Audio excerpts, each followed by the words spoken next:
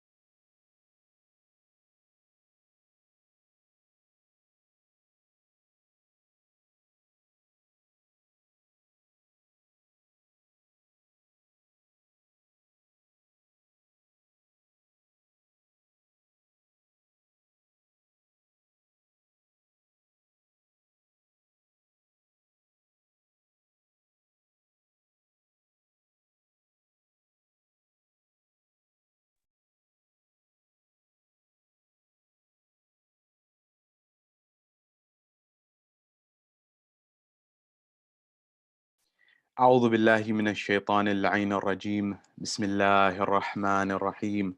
الحمد لله رب العالمين، والصلاة والسلام على أشرف الأنبياء والمرسلين، خاتم النبيين، رحمة للعالمين، أبي القاسم محمد. اللهم صل على محمد وآل محمد وعلى أهل بيته الطيبين الطاهرين المعصومين المظلومين المنتجبين، الذين أذهب الله عنهم الرجس وطهرهم تطهيرا. اللهم صل على محمد وآل. وقل رب اشرح لي صدري ويسر لي أمري واحلل عقدة من لساني يفقه قولي. أما بعد، قال الله تبارك وتعالى في كتاب الكريم: بسم الله الرحمن الرحيم، إن الدين عند الله الإسلام، زينوا مجالسكم بالصلوات على محمد وآل محمد، اللهم صل على محمد وآل محمد. My respected brothers and sisters and elders throughout the globe, salamun alaikum jami'an wa rahmatullahi wa barakatuh. Question: is religion and the modern world compatible? Keep that question in the back of your mind, inshallah, we'll return to it. As we begin our discussion, our conversation in the subsequent days and evenings and timings, I want to begin by saying and stating some scientific data and some scientific facts. Our world increasingly has become more and more economically prosperous. That is, industrial economies have grown in the past few years, especially prior to the crisis that we're currently facing. We were in a boom period. That is, the economy was flourishing in many respects for 10 years or so. And we were seeing economies such as the United States, Europe, and also developed economies such as China's or developing economies such as India emerging. Yet at the same time as the data has been extremely clear about prosperity and wealth increasing, the data has also shown that we also live in a world where unhappiness in society is increasing substantially. That means that people are dissatisfied with life. Although they may have economic prosperity, although they may have wealth, although they may have the financial resources, at the same time, that financial and economic well-being is not necessarily translating to actually tranquility and peace of mind and peace of heart and peace of spirit.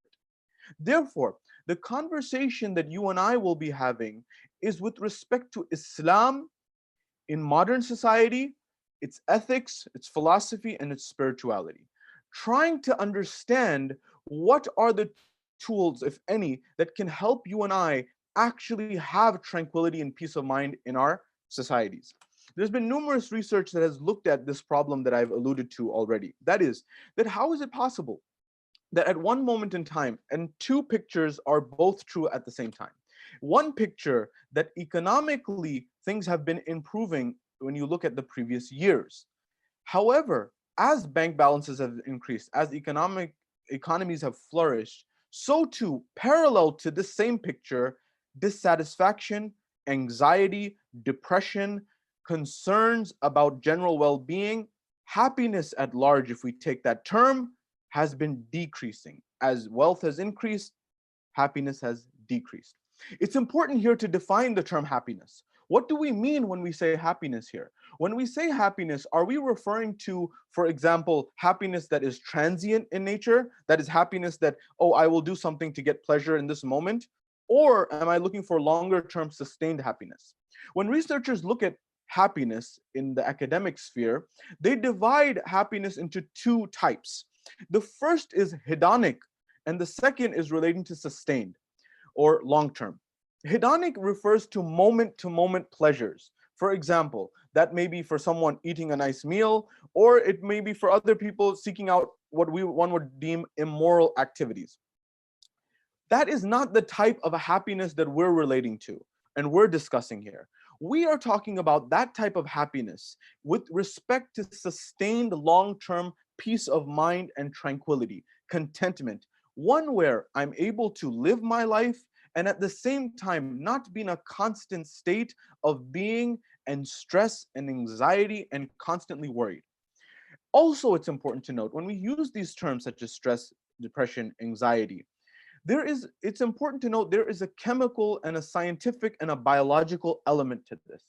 We will not be discussing it from that point of view necessarily. We will be discussing these terms from a sociological perspective, looking at two societies where all other factors are constant, except for these traits that we're looking at. How is it that one society compared to another society may have higher rates of anxiety, depression, fear, all other things constant? So for example, there has been numerous research throughout the years and throughout the eras that has found that industrial economies, wherever they may be, in the East or in the West, has actually led to an increase in people's rates of depression, anxiety, mental illness, and also suicide in the ultimate sphere. This is in environments compared to other environments that may not be so developed economically. So for example, if you take certain countries that are very well developed in Western Europe, for example, in North America, for example, and compare them to other countries that are in developing economies or underdeveloped economies as they're classified, such as, for example, in Africa and Asia, and you compare the two, you will find there's more general prosperity in terms of Western Europe and the United States, or even Korea for that matter, South Korea. But at the same time, you will also find that generally, in terms of dissatisfaction, as illustrated by depression, anxiety, and the likes, or also just not being happy based on survey data, you will find that many times developed economies are leading in unhappiness. Why is that? How is that? This is what we hope to investigate and look at in the next few days and nights when we discuss this topic, wherever we may be. So our solution in analyzing this and trying to explore this reality is looking at Islam in a modern society. So we'll have to tackle a few questions here. Number one, are religion and modern society compatible or not? What have researchers said in this department? And if they are compatible, in which ways are compatible? That is, what traits does religion at large and Islam in particular espouse or encourage people to adopt so that we can be happier and more tranquil in life? Because if you look at this question of happiness, there's the old adage of the individual who was by the sea, who was just playing by the sea. And a man walked by that person who was playing by the sea. He was doing whatever his work was by the sea, and he was just playing with the sand or the rocks or the things. And then a man passed by and said, "What are you doing?" He said, "I'm just playing about. I'm just having a good time. I'm enjoying myself. I'm doing that by playing by the sea." And the man says, "Well, why aren't you working? Why aren't you doing anything? Why aren't you doing something productive?" He says, "Why would I do that?" And the man was saying that, "Well, you should do something productive so that you can actually get an income. You can work, you can get some income in your life." He says, "Okay, that sounds interesting. Well, why would I want to do that?" So you can actually get income, save income, and use that income. I said, "Okay, so why would I want to use that income?" Well, eventually, he says, if you work, you'll work enough to a point where you'll get this income, and you'll actually be able to what we would call retire. You'll actually get that savings, and you'll be able to retire with it. He said, "Okay, if I retire, then what can I do?" He said, "Well, when you can retire, then you can play about by the sea and do whatever you want." He said, "Well, I'm doing that right now anyways. So why would I want to do what you're saying? So I can waste so many years of my life in order to eventually get back to where I am right now." It's a metaphor for something higher. And that higher point that I'm driving at is it's possible to work, it's possible to get a source of living, an income, which is a responsibility and a requirement for the modern world and for a sense of purpose in society. But at the same time, that does not have to compromise necessarily your sense of being in life. You don't have to necessarily be miserable while also becoming prosperous in economic terms and in general terms. Therefore, we want to look at how religion can give us solutions, practical solutions to our modern dilemmas of society. That is, how can we, as the old adage goes, have our cake and eat it too? How can we have prosperity to make the world a better place, but at the same time, not lose our sense of mental tranquility? And this topic is in discussion, is very important, very pertinent, especially for the changing dynamics of our society today, in the crises that we're facing, and how our mental clarity, our mental traits, and how our peace of mind is most important at this point in time. Therefore, why these particular dimensions of religion? That is, why philosophy? Why ethics? Why spirituality? Philosophy allows us within the Islamic framework to look at and to actually think clearly so we can make rational decisions in society. Therefore, we'll be lending on philosophy as well as psychology and behavioral economics in this discussion. What does that mean and why is that important? The reason that is important is because you may not realize it, or we may not realize it, but there are certain cognitive biases that we as a society adopt, and they actually act and lead to us thinking irrationally. There's a very good book on this entitled Predictably Irrational by a behavioral economist by the name of Dr. Dan Ariely, who is a student of Dr. Daniel Kahneman. And he highlights this point that human beings are not only at times irrational, but we're actually predictably irrational. That is, we are irrational in a predictable manner. This is actually what Dr. Daniel Kahneman and Richard Thaler and others won the Nobel Prize in economics for for actually understanding that mankind were not necessarily always rational. And things that emerge from this understanding is, for example, a 25-cent aspirin versus a $2 aspirin. Which one do you think is more effective in human beings? The data actually shows that a $2 aspirin is more effective in people compared to a 25-cent aspirin. But here's the catch, here's the kicker. The researchers actually gave the exact same medicine to both individuals for headaches. That is, there was no difference in reality between the $2 and the 25-cent aspirin or ibuprofen or acetaminophen or whatever your headache medicine of choice is. But the researchers found that the perception of something being more expensive naturally translated in people's minds as this being something that is better in quality. And that's not necessarily the case. This is one example of many other biases that philosophy and psychology can help us think more clearly about and get better solutions. Because that will help prevent us from this phenomenon of, for example, keeping up with the Joneses. Much of our tranquility is lost in living a way where we're not thinking clearly. I'm thinking, what does my neighbor have? What does my society have? And at that point in time, that leads to unhappiness. And when we think philosophically and logically, we're able to realize that, those things that I thought I needed, I may not need as much as I think. And this time that we're going through during this lockdown and the coronavirus and all those challenges, a great time to reflect and introspect, especially in the month of Ramadan, to do tafakkur and tadabbur on the verse of the Quran al-Majid wal-Furqan al-Hamid, and actually contemplate and use our reason to understand this faculty that Allah has given us of reason, in order that He has given it to us so that we can be ashraf if we utilize its potential. That is ashraf al-makhluqat, the best of Allah's creation, if we utilize our intellect. And the utilization of that intellect will help us understand that many of those things that we thought were important, having the nice car, having the nice house, having the nice X, Y, and Z material item, may not be as happiness inducing. That means it may not give us as much happiness as we thought, compared to, for example, giving in the way of charity, gratitude, for example, volunteering, for example, philanthropy. The science shows that many of these things are a lot more likely to actually increase happiness in your life and tranquility in your life. And this is what religion has been saying for time immemorial. But I'll let the data speak for that when the time comes for that. Therefore, philosophical thinking, so we can think clearly about things and not get confused in matters and understand our priorities. This environment that we're living in currently with the lockdown, with the virus, it has helped many people realize that we do need certain things to live in society, but we may not need as much as we think. Some of those luxuries are now coming to light that we're actually living fine without them. Yes, we need income. Yes, we need food on the table. Yes, we need clothes on our backs. But you'll realize that sometimes you can actually make ends meet. Man is very resilient. And many times you can allocate those resources in other places. But we'll come to that.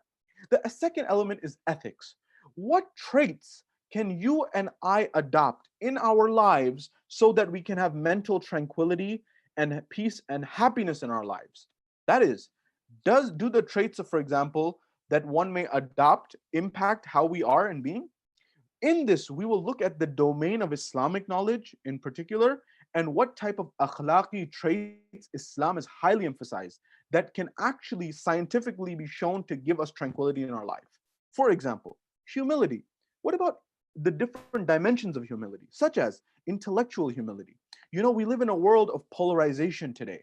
Wherever you go in the globe, there are the haves, the have-nots, the political party on one side and the political party on the other side, the my view versus your view, the us's and the thems.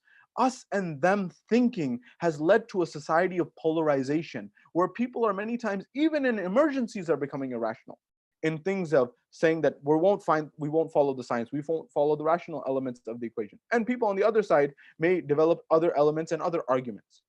Intellectual humility in our nations, in our communities, in our societies, and in our families, and in our personal lives, in our friend circles, can be extremely important to not only understand the perspective of others, it can actually be very helpful in actually calming and giving us a sense of tranquility. As the old saying goes, that bitterness is like that poison, it's like drinking poison and hoping it harms the other person. Or bitterness is that vessel, is that poison that erodes the vessel that carries it, more than whatever it is poured upon. So you will find through the philosophy, through the ethics, that the solutions to living a more tranquil life can actually lead you to have that tranquility and peace of mind. And we'll discuss what those traits are from the philosophical Islamic perspective, as well as from the perspective of science. What does the science say about how you can have ethics lead you and leave us to society to have a better world and a better society? And finally, the kernel of the matter, the root of the matter that we're striving towards, which is spirituality. Our world today is starving for spirituality. Even those individuals who have come forward and said we don't need religion in the modern society. Religion is an outdated phenomenon. Those individuals, even many of them, recognize that spirituality has its place. Spirituality is very important. And we will look at how important this concept is and how we can implement it in our lives so that we have a sense of meaning, of higher purpose, of higher understanding in our lives so that we can be more tranquil in our lives. These are the elements that we hope to discuss. The next layer of the analysis is we have two goals and two objectives here. The first is that we implement clear thinking through philosophy, ethical moral traits through the ethics discussion, and then adopt spirituality so that we can better ourselves as individuals, number one. And as individuals, we'll impact our families and our social circles. So it's improvement, self improvement at the individual level, number one. Number two, it is actually, this discussion is helpful and fruitful for not only helping us at the individual level. I mentioned at the onset, our world is getting more prosperous. Now, with the exception of the current circumstance, this is an anomaly, and this is a circumstance which is very dire, and we're monitoring that situation in terms of the current economic crisis. But generally, with wealth and with income increasing, happiness has gone down, as I mentioned earlier. Well, we as Muslims are members of our greater societies. We are members of the European community. We are members of the American society. We are members of the Canadian society. We are members of the global community. Therefore, by means of us understanding philosophy and ethics and spirituality, we hope and aspire to make our countries, that is, the United States, Europe, the European nations, India, Canada, wherever we may be living, we hope to make our countries and by virtue of that, our world a better place by sharing our insights in terms of what we've understood, in terms of actually being better people, and in terms of helping our society at large. These are extremely pivotal points. This is what makes this a most timely and most pressing conversation for us to have so that you and I can work towards making our world a better place. I begin with this verse of the Quran al-Majid that inna deena indallahi al-Islam. Verily, the religion near Allah is Islam. And in our belief system and in our understanding, Islam is that Islam which has been going from Adam until our time. And Islam is that complete way of life. Well, if Islam is a complete way of life, which we believe, a complete way of life must provide solutions for our lives. And I am here to argue that indeed Islam does provide practical solutions for our life, practical solutions that you and I can actually understand and actually implement in our lives so we have more tranquility in our lives, so we have more peace of mind in our lives, so we actually have those traits that are the most valuable in our lives so that we can do better. But there are certain layers that we will have to cover. For example, we will have to cover philosophy from the perspective of where does our knowledge come from? Where does our understanding come from? If you look at philosophers of the past, many of them would say that if you look at, you don't need to tell me who you are. All you have to tell me is what time and what space do you live in? So, for example, Nietzsche or other philosophers, for example, would say that, well, you can tell me, I don't need to know a word that you say. All I need to know is, do you live in, for example, do you live in India in 2020? Do you live in China in 2010? Do you live in, for example, America in 1800? Wherever you may be, if you can tell me two things, your time and your space, I myself, the philosopher, can tell you your thoughts. This is what philosophers have held in the past. Why? Because they argued that the environment in the time and space in which one exists has a tremendous impact on the thoughts that you and I have. You may discover that your thoughts and my thoughts and our thoughts are not necessarily our own. And I want you to reflect on that. And if you're not convinced about that, I would implore you to bear with us so we actually can make an argument for that. I don't want you to be convinced right away. I want you to think about this. And I want us to reflect on this. Remember, over 700 verses of the Quran, Al-Majid wal Furqan al-Hamid, refer to tafakkur and tadabbur, reflection and contemplation and thinking about our world and our universe and our society at the physical level, physical sciences, as well as at the spiritual and social sciences level. What is going on in our world? What kind of world do we live in? What kind of planets are out there? What kind of society is out there? We should be thinking about the betterment of our society. And indeed, many of us are. And I want to have this conversation so we can push that forward. You know, when we discuss philosophy and ethics and spirituality, these have not been thought of for any trivial reason. It's very important to discuss this. Why? Dr. Peter Adamson, a professor who actually compiled an entire book entitled Philosophy in the Islamic World, he was invited to give a talk at Google and many other institutions. And he said in his research that I'm always asked, and it's always startling for people to hear Islam and philosophy be used in the same sentence. By the way, when we mention philosophy, we're referring to philosophy in terms of logic, philosophy in terms of the one that is related to the in line with the teachings of the Ahlul Bayt alayhimus salam, in teachings of the Quran, aligned with that, and not anything that is divergent from that necessarily. We're talking about philosophy that may be accepted by the Hausa, for example. We're talking about philosophy that is in line with mainstream Islam. We're not talking about divergent philosophy that is something that is off the rails. That is an important point to note. But with respect to the point that I'm making, with respect to why this need for Islam and philosophy, this need for Islam and ethics, this need for Islam and spirituality, Dr. Peter Adamson said that people are astonished about how Islam and philosophy are used in the same sentence.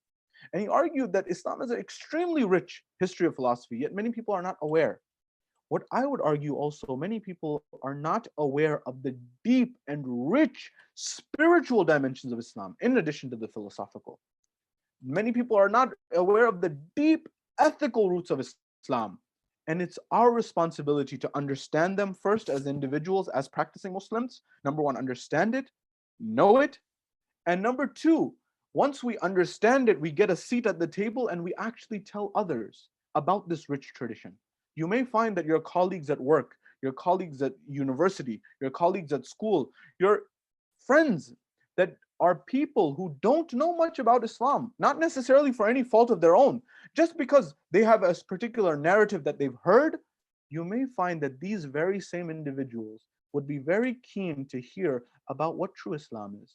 What are the philosophical dimensions of Islam? What are the ethical dimensions of Islam, for example? And what are the spiritual dimensions of Islam? So this progression I want you to keep in mind for the next subsequent nights and days. That is philosophy of Islam, Islamic philosophy, to provide clear thinking, clarity of mind. So we're not subject to cognitive biases. So we're not subject to logical fallacies. Why is this important? Again, this is important because in our world today, many times we are living in a world of misinformation. In fact, with the AI boom, the artificial intelligence boom that will take place in the subsequent years, outlets are saying and researchers are saying it may be very difficult, if not impossible, to discern truth from falsehood. The news that we will get through social media, through other outlets, we will be confused as to what is truth and what is reality. And if you don't have clarity of thought, you may be purporting things that are not factually true, not because of any fault of your own, just because it will be so difficult. Think about this for a moment. In your own social networks, in WhatsApp groups and other things, that messages that are forwarded to you on a day-to-day basis, how much, for example, misinformation or misguiding information is in many of these? Not necessarily for any fault of the person who forwarded it, but just because it's a perpetuation of the challenges of lack of clarity of thought. So we hope to address this in our conversation by tackling things such as knowing yourself, knowing who you are, understanding that from the Islamic principle, that one who understands themselves understands their Lord, understands Allah subhanahu wa ta'ala. It's an amazing statement. So the first level of knowing yourself. The second one being intellectual humility. How have our Ahlul Bayt alayhimus salam, how have our scholars of Ahlul Bayt alayhimus salam, that is the Maraji and the rightful scholars, how have they practiced intellectual humility? And how has that led them to clearer insights? And how can we adopt this in our lives? Also looking at, for example, cognitive biases from philosophy, but also from psychology, and understanding how is it that our society may direct us in one way, and it's our responsibility to stop, pause, reflect, and see what is the reality of the matter. And then the ethical dimensions, Islamic ethics. What is the tradition? That is overcoming, for example, societal perceptions.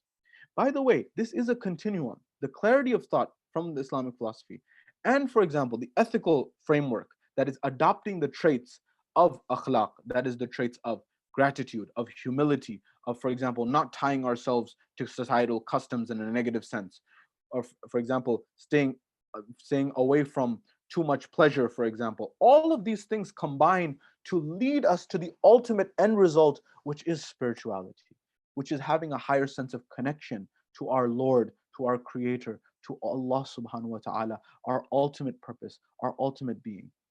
Therefore, these are the main conversations that we hope to have in the next few nights. We'll be having this conversation in the first 15 days of Shahr Ramadan. And I believe that this is the best time to have this conversation so that we can implement the fruits of this conversation in our lives, so that we can actually have better lives, not only for ourselves, but for our families, for our friends, for our communities at large. Because if we don't adopt these traits now, when will we do this? When will we adopt the traits of clarity, of tafakkur, of tadabbur, the traits of that Islam, the akhlaqi, ethical traits that Islam is encouraged? And how will we get to spirituality of our Lord? Because clearly Allah subhanahu wa ta'ala has told us, Ala bidhikrillahi tatma'inna al-qulub, that verily in the remembrance of Allah subhanahu wa ta'ala do the hearts find tranquility. Our world is starving for tranquility today. Our world has an abundance of knowledge, an abundance of information. All the insights are out there. In fact, one may say they are drowning in information. But we're starving for wisdom. We're starving for tranquility in life. And I'm here to argue that religion, and in particular Islam, and the teachings of the Ahlul Bayt alayhimus salam, and the teachings of the Quran al-Majid wa Furqan al-Hamid can help you and I in order, through the remembrance of Allah, get tranquility in our hearts and in our minds. And this tranquility will allow you to have peace, and your families and your friends to have peace, and our communities to have peace, even if economic times are hard as they are now, even if material times are hard as they are now. We can get through this. We will get through this, inshallah, bi'idhnillah. But I know it's a tough time. It's a very difficult time for many people. I'm getting many messages, many friends, many dear ones, many connections, many friends of friends, many loved ones, many of our community members are losing loved ones. This is an unprecedented time. We have not seen anything like this in our lifetimes. And this is something where we have to control the one thing that we do have control over, and that is our minds, so that we can have control over ourselves. The spirit and the meaning of Shahr Ramadan, this blessed month of Allah subhanahu wa ta'ala that Allah has called His own month, the blessings of this month is that it gives us time to introspect, to control our nafs, to control our soul, not only through food and drink, but controlling our desires, controlling our minds, so that we can have control over our lives, and so that we can actually move to a better place, a better world. The one thing that you and I have control over is our minds. Viktor Frankl, who was a man who was a psychologist and a psychiatrist who had gone through concentration camps, he wrote the book entitled Man's Search for Meaning. And in his analysis, he was looking at himself as an observer. He was observing himself from a third person point of view. That is, he was looking at himself and seeing what is happening inside of him and in his mind going through a difficult circumstance. And he said that the one thing that a person can be deprived of or cannot be deprived of, that you can take everything from someone. You can take their house, you can take their property, you can take their family, you can take everything that they have. You cannot take one thing away from an individual, and that is their mind, their ability to think, that you have control over that. And if you and I and we adopt control over our minds, it will lead us to success, not only in our personal lives, not only in our academic lives, not only in our professional lives, but by virtue of it, we will have more tranquility in our communities, in our societies, in our own Muslim Shia communities, but also in our states, in our countries. Why is it that in some of our own societies, we've had challenges with respect to leadership? This, I would argue, is because of it lack of intellectual humility and how important this is. We'll be discussing this in subsequent nights. Also, the lack of understanding of how to think rationally and clearly. Many of these tools can be utilized so that we can actually live better lives. And my hope is through these conversations, we actually create a better society, a more tranquil society, a more egalitarian society, and a better society. Because after this situation that we're facing globally of this pandemic, our world will be different. Our world will not be the same. And we will have a say in what type of world it becomes through our voices, through our writings, through our stands, and through what we say. And my hope is that through the conversations that we have in this series of discussions, you and I will be at a better place at the end of these discussions than we were at the beginning, so that we can make an active and a beneficial contribution to ourselves, our societies, our communities at large, through adopting philosophy, ethics, and the ultimate goal of ours, spirituality in our lives through the light of the Quran and the Ahlul Bayt alayhim assalam. I hope that this has been a good summary of what we're going to cover, inshallah. And from the next conversation, we will delve into the depths of what are the actual steps that we can implement in order to have a better life and actually have greater happiness, contentment, and tranquility in our lives. I hope to see you soon in our subsequent discussions, inshallah. Wassalamu alaikum wa rahmatullahi wa barakatuh.